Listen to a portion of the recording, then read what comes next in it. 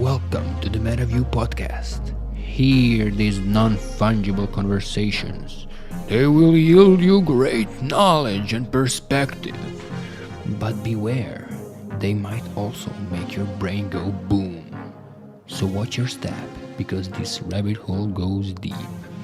Good luck and have fun.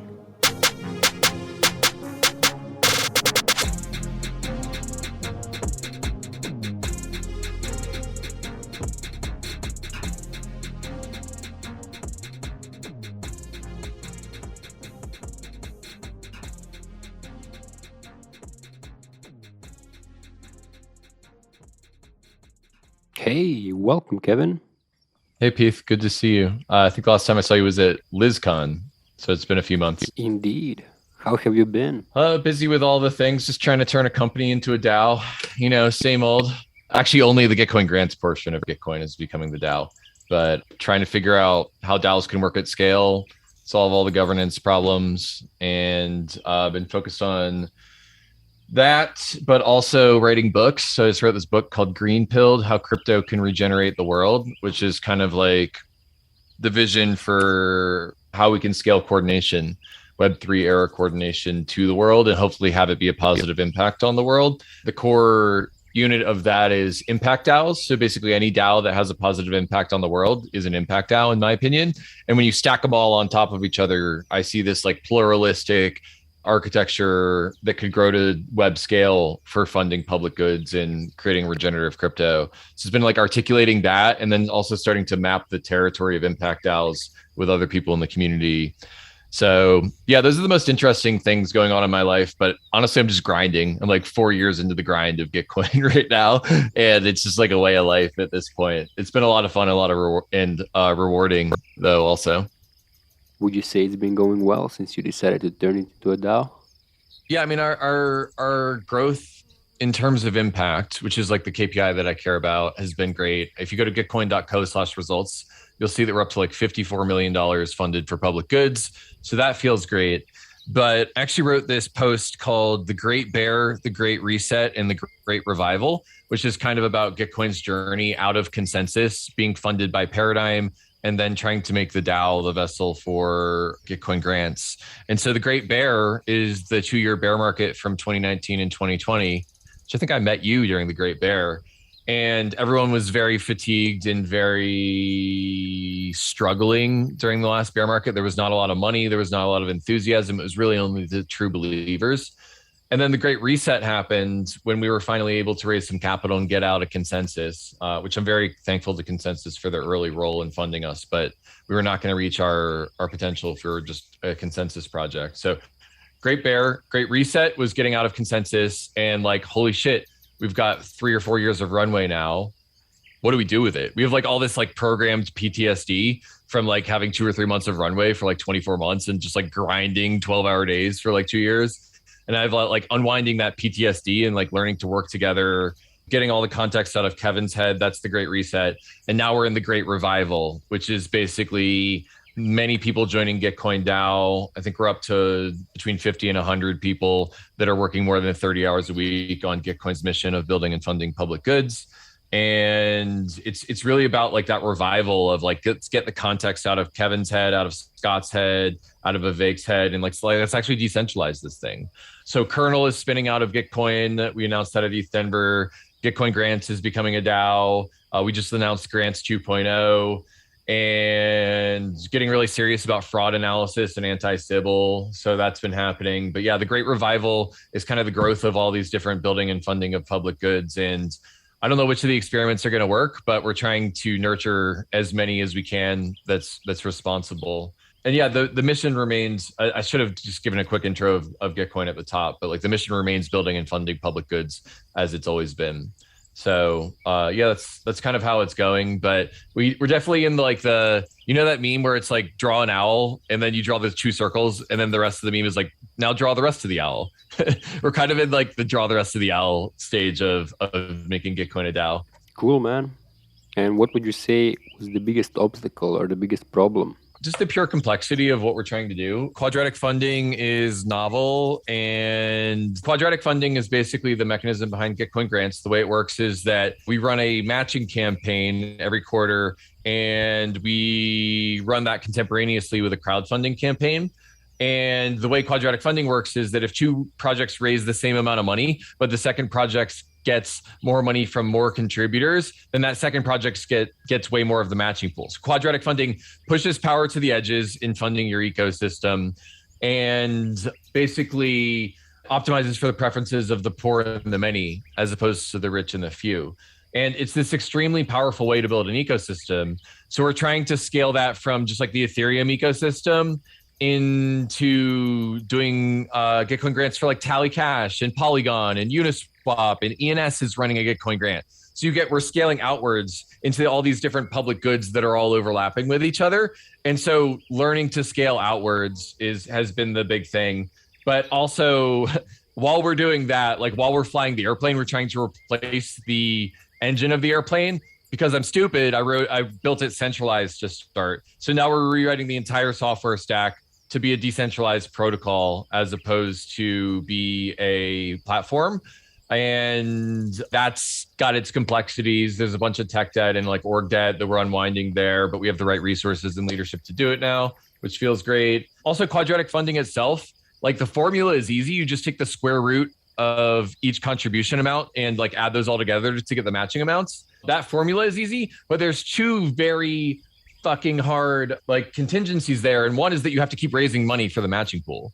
So we have this like whole fundraising arm that's like working with DeFi projects to like help them co-brand and run matching rounds with us. And then we also have to solve Sybil resistance. Sybil resistance is basically like if project A gets more of the matching capital because it's got more identities associated with it, Sybil resistance is basically like, well, why don't I just make up more identities to get more of the matching pool? So like manufacturing identities like has been pulled us down this whole rabbit hole of, oh, fuck, how do we solve Sybil resistance in the space? I don't know if I'm allowed to curse on your podcast, but I did it twice. So that's where we are. But yeah, so anyway, TLDR, growth has been good, but backing that, we have to solve Sybil resistance and matching, and we also have to decentralize Gitcoin. So it's just like a lot. Basically, it's like the straw that breaks the camel's back is kind of the challenge right now. But it's been a lot of fun. And like, honestly, dude, this is my life's work. Like building and funding public goods, I'm getting paid to do this and I get to like work on this full time. That is privileged as fuck. So I'm just so happy to be here and working on what I am. And it's hard problems, but I wake up every day and energized to solve Gitcoin's problems, which hopefully helps solve some of the Ethereum ecosystem's problems, which hopefully solves some of the world's problems one day. You know, assuming you think that we're building more than just like vegetable coin forks in this space, it should help humanity one day. So that's where we're at. I forget what question you asked me, but that's where we're at.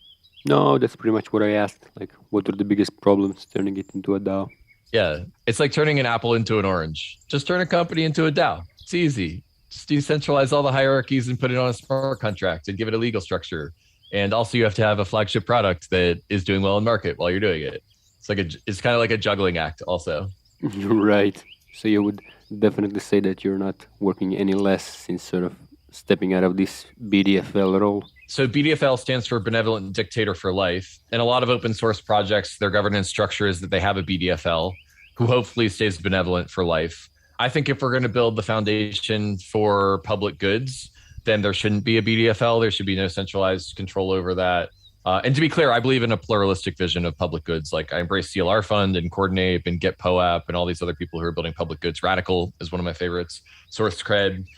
And so we're only like one part of the infrastructure, but I'm actually figuring out ways to decentralize my knowledge and the things that I do to the DAO. There's now between 50 and 100 people. So like we have the talent there to do that. Maybe benevolent dictator for 5 years, BD5Y instead of BDFL. And then I plan to actually disengage from the DAO for, I don't know, at least a year or so to allow them to like grow leadership without my presence there. And you'll see me on Twitter. I'll be writing more books, I think is what I'm going to be doing during that time when the DAO is growing legs without me over the next year or so. Yeah, definitely don't want to, I guess the TLDR is BDFL to BD 5 years, benevolent dictator for the first 5 years, but definitely planning on letting the DAO grow without me and create credible neutrality, which I think is important for what we're doing. That sounds great, as well as the living for a while bit. I've heard it recommended by a bunch of the decentralized organizing OGs that you have to sort of live for a while so that the organization grows leadership and competence on its own. Yeah, it's kind of like I'm a dad, and I'm like, if I leave the house, are these kids going to throw a party? Are they going to like write Shakespeare? Are they just going to watch Netflix and eat popcorn? I think Gitcoin's a pretty mission-oriented place, though, so I know they'll be focused on their mission when I'm gone. I'm just going to be focused on broadcasting my vision to the space from there. So, like, how crypto can regenerate the world, how impact DAOs can work together. I have a new podcast on Bankless, which you can, if you go to greenpill.party, you can check out. So I'm going to be focused on those kind of things. What were you going to ask me? What was the biggest challenge specifically with leaving that sort of BDFL role? Well, I haven't done it yet. So basically what we're doing is, or what the DAO is doing, I should say, is there's a proposal that has emerged on the Gitcoin governance forums to transfer all of the assets, the Gitcoin trademark, the ownership of the smart contracts, formally over to a foundation, which is basically a nonprofit, which is going to custody the assets, and I will have no control over that foundation. And then that triggers a disaffiliation process for me, where I'm going to basically go with Holdings, Gitcoin Holdings, which is the company that launched Gitcoin DAO, but is trying to detach ownership from it. And the DAO will be off on its own legs and will be an independent thing that retains the trademark of Gitcoin and the domain name and all that kind of stuff. So that's the thing that we've kind of been working towards for a while. And it's just about to happen towards the end of Q1 2022. So I don't know, have me back in a year and you can ask me how it went. But a lot of really great people working on great stuff, and I trust them completely with Gitcoin's mission. And so we're going to rename the holding company, which is now called Gitcoin Holdings. We're thinking about renaming it to calling it Schelling, which is basically this event series that we've been running at ETH Denver, and we're going to run another one at Dev Connect. We're going to name the company after Schelling. So yeah, that's kind of where we're at in the disaffiliation process. But ask me in 6 months how it went. Right. And would you say it's better to start centralized and then turn into a DAO, or should people just be a DAO from day one? I mean, it's kind of hard because, like, I mean, my experience is like people are asking me how to work for a DAO, and I'm like, I don't know, dude. Like, I came in the ecosystem in 2017 when everyone was doing ICOs, and like even then, I got Gitcoin funded by going to Joe Lubin. And well, first I tried like 7 different projects in the space, and none of them worked out. And eventually, I got Gitcoin in front of Joe Lubin, and that's when I kind of got in. But I don't know how to like get into DAOs these days because I haven't done it like without my reputation as the founder of Gitcoin. But I also think that like I look back and I kick myself for building it all centralized in 2017. But like in 2017, the graph didn't exist. Ceramic didn't exist. None of this shit existed. And so in 2017, it was probably the right choice, A, to not do an ICO and to just focus on building a product that people loved, but B, to build it centralized. In 2022, I don't know, I haven't tried to launch a DAO in 2022, but I'm definitely fucking kicking myself for launching it centralized at the start. So I would not recommend, unless you absolutely have to, launching centralized, especially if you have a complicated product like what Gitcoin is. So I deeply admire the projects that have just built it decentralized from the start. Projects like Compound or ENS is just totally decentralized at the start. They don't have to have this whole 24-month rigmarole where they rewrite the entire thing to be decentralized. But everyone's journey is unique. That's just been mine. Right. Yeah, absolutely agree. Like for you, there was no real option to start as a DAO unless you went the MakerDAO way and just built all of the infrastructure yourself. Yeah, totally. I mean, MakerDAO, it's incredible the lift that they went through when you look at how a lot of those components are just available off the shelf, and MakerDAO invented them bespoke to create DAI. And honestly, I remember the inflection point in the ecosystem when DAI existed, when you had ETH. Like, so Gitcoin's a place where you can get coins if you're a software developer. And one of the things that kind of sucked is like, if you get an ETH, that ETH could go up or down 40% within the span of a week. And that sucks for like having to pay your mortgage when you're a software developer. And the cool thing about DAI was that I could just give someone 500 DAI and it's going to be worth $500 now and also in 9 months. That stability that MakerDAO created was a really important part of Gitcoin as like a worker platform. I forget what you asked me about MakerDAO, but I honestly think it's so crazy to think that like 4 years ago, Gnosis Safe didn't exist, MakerDAO didn't exist, which meant DAI didn't exist, Moloch DAO didn't exist, Meta Cartel I think was maybe just getting started 4 years ago. It's crazy how much the ecosystem has grown in the last cycle. I can't wait to see what it looks like one cycle ahead of now. I feel like we're gonna like be in this crazy like blockchain utopia or something like that in 4 years. So yeah, it's exciting to see how fast paced the ecosystem is. Yeah, like if there wasn't so much going on, it would actually be 10 times easier to build anything because you have all these off-the-shelf solutions already. You just pick these parts and put them in. Yeah. Well, you have to like cartography the money Legos, right? You have to like basically know like all the off-the-shelf components and what they're used for. So yeah, I don't know. I think that like it's one part like being involved in the ecosystem to know about the money Legos, and like the other half is like applying them. Right. Yeah.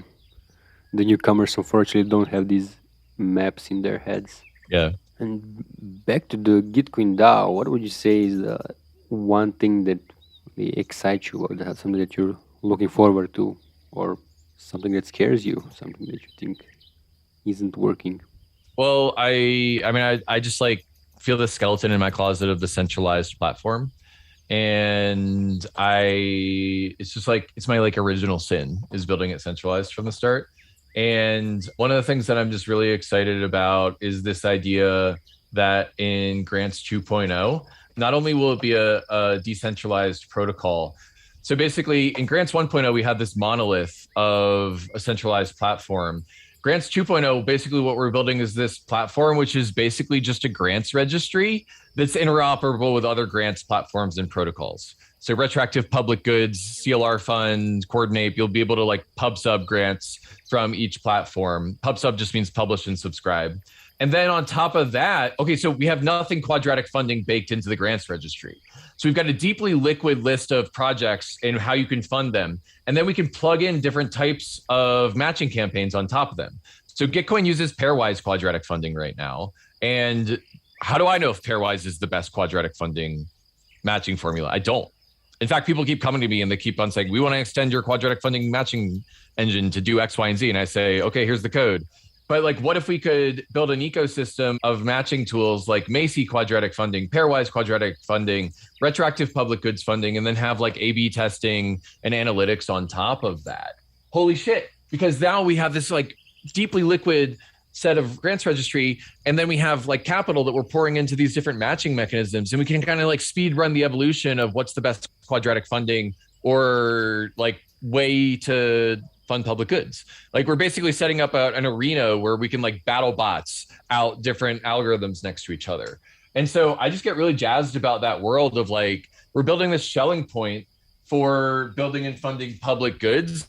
And it's a place where everyone in the ecosystem can come together and make connections and get funded. Like it's like a social club at like the social layer. But then we're also building grants, which is like credibly neutral place for different mechanism designers to kind of test different formulas against each other. Like, you know how Numerai has all these data sets and they're like, come up with the best analysis machine learning stuff for these data sets. That's what we're doing with quadratic funding. But it's an evolutionary game. Like Numerai is an evolutionary game to get people more returns on their capital through those AI things. We're an evolutionary game to build and fund public goods. So just like setting up that architecture, it like just tickles me the right way to go ask our VP product if this vision is on track. We're probably like 6 or 9 months away from this actually being in, but just like seeing that light at the end of the tunnel, that's what gets me really excited about Gitcoin. Building and funding public goods. It's the mission, man. That's at the end of the day, like finding new glimmers of ways to do that with crypto is kind of where we're all at. Fuck yeah. Grants 2.0 sounds epic. Yeah. Yeah, like is there something that scares you? Something that you think is not good? What scares me the most is how we're reaching our ecological ceiling. The amount of carbon in the atmosphere keeps going up, the amount of biodiversity loss in the world, the extinction of many different species on the planet, the scale of humanity's needs and suffering and the burden that it puts on the planet on the material layer. but also when we hit our culture, so there's different forms of capital, right? That's just the material layer, but like the cultural capital of how do we make sense of the world together? How do we work together to coordinate to solve the world's problems? How do we build consensus? How do we build trust? How do we build rapport? The whole dissolution of like nation state institutions, we're basically like have left go of like the industrial age monkey bar, and we haven't grasped the information age monkey bar yet. And that's fucking scary, dude. Especially when I got like kids and like I like Earth. I like life on Earth. I want it to be not dystopian, like trending towards utopia as much as possible.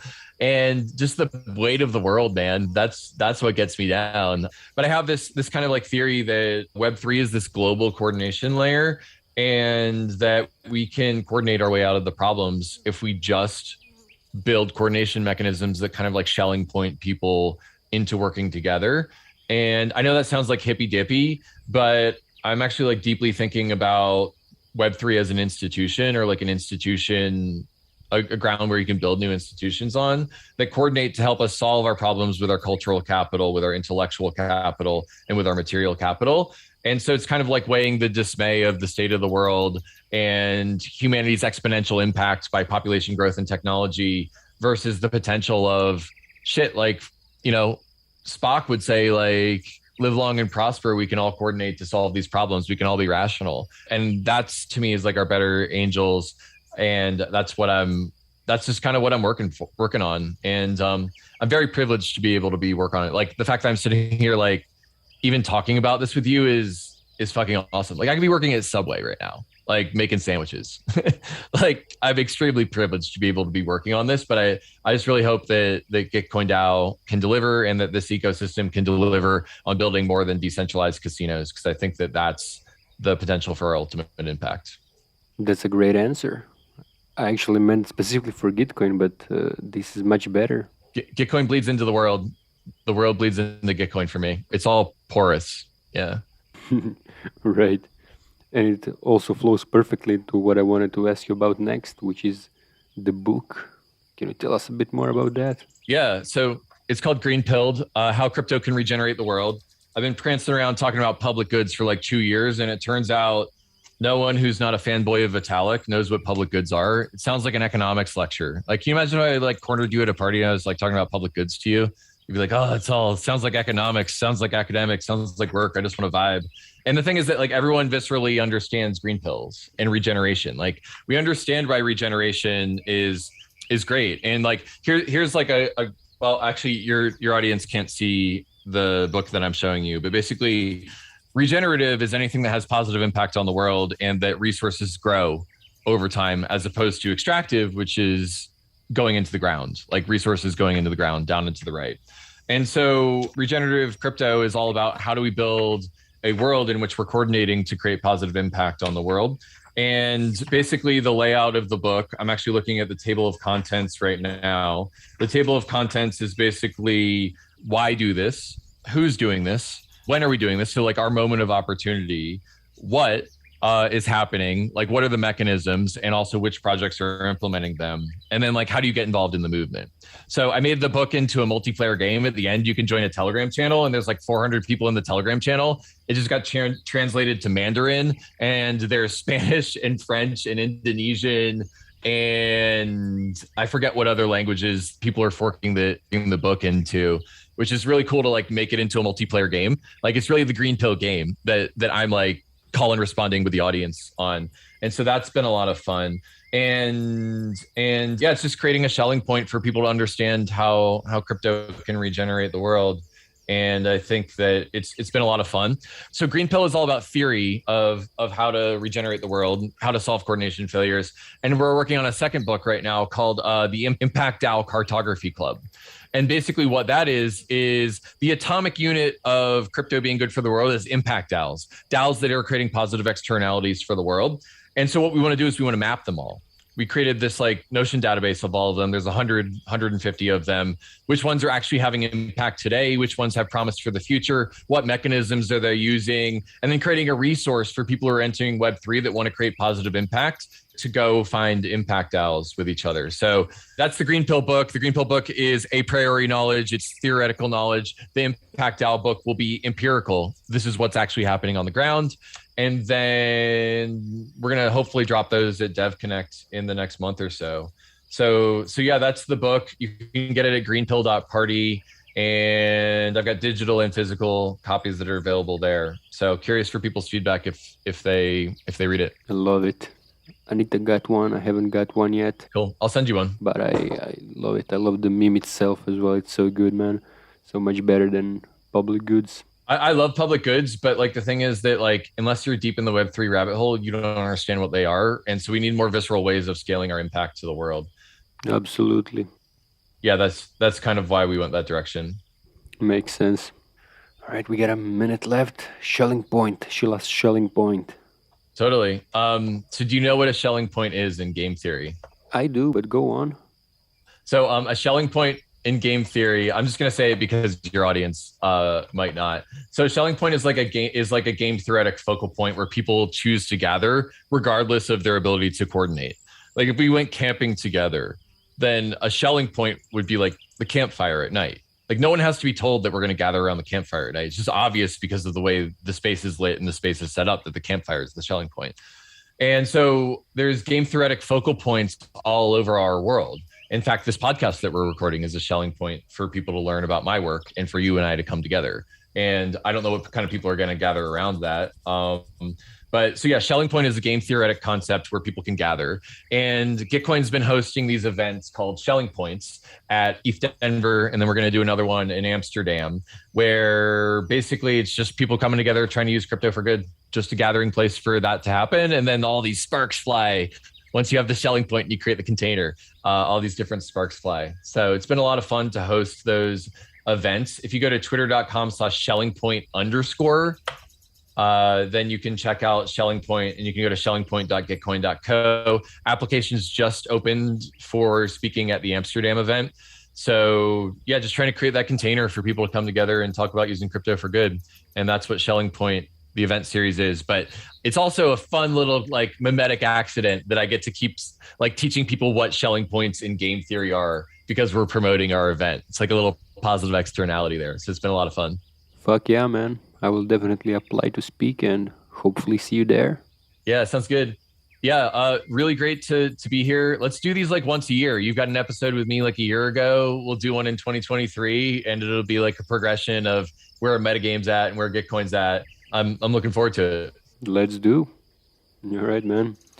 Have a great day and see you around. Peace and love. Goodbye. And thank you all for listening. You can find all the important links in the show notes down below. See you next time.